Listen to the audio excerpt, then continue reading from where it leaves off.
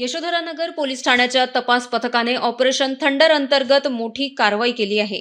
Patrolling दरम्यान Sangeeta high school जवळ पोलिसांना एक संशयास्पद चारचाकी वाहन दिसले।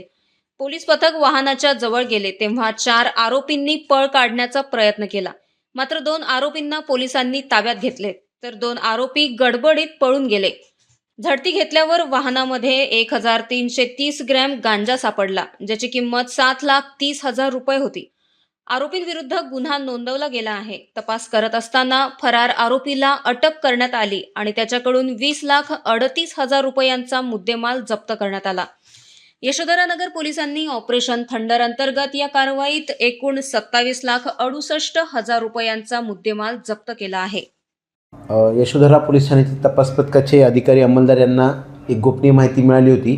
त्यावरून 3 आरोपी अब्दुल नसीर उर्फ गोलू, दिलशाद उर्फ दिल्ली सफर, असलम खान उर्फ अस्सू वल्द शरीफ खान यांच्याविरुद्ध NDPS कायद्याअंतर्गत गुन्हा दाखल करण्यात आला होता। त्यांच्या ताब्यातून एक वोल्क्सवॅगन कंपनीची गाडी व 1330 ग्रॅम गांजा जप्त करण्यात आला होता।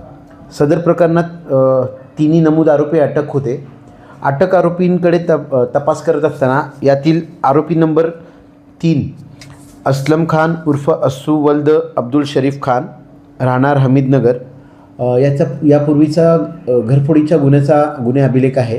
त्याच्याकडे प्राप्त गोपनीय माहितीच्या आधारे घरफोडीच्या गुन्ह्याचा तपास केला असता आरोपीकडून यशोधरा पोलीस ठाण्याच्या येथे दाखल असलेली गुन्हा रजिस्टर नंबर 885/25 तसेच हिंगणघाट पोलीस स्टेशन वर्धा येथील घरफोडी नंबर CR नंबर 37/26, 39/26 या 3 गुन्ह्यातील एकूण 2,000 रुपये